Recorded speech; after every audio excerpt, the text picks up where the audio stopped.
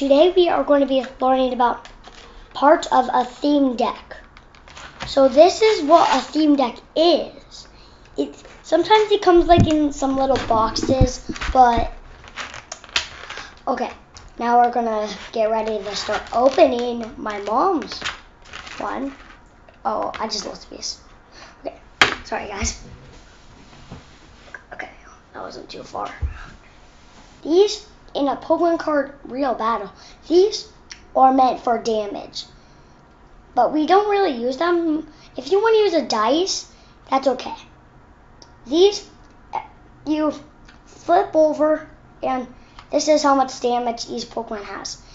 And on dice, each circle is a 10 damage. So, now this is the deck that has all the Pokemon cards for the game.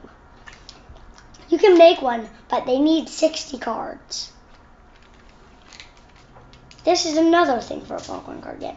If you can start like this, but once you use a GX card, you have to flip it over the GX. So you can't use it again because it would be too powerful. Okay, now this is the coin. Sometimes on abilities, we need to use this to do more damage than it's mostly supposed to do, like how much energy cards you have, how much fire energy cards, or how much any energy cards you have equals more damage to your Pokemon. Okay, now this is just one more thing. This is a little mat for your game. It's a 2-player game. If you want, you can have a teammate in your game. But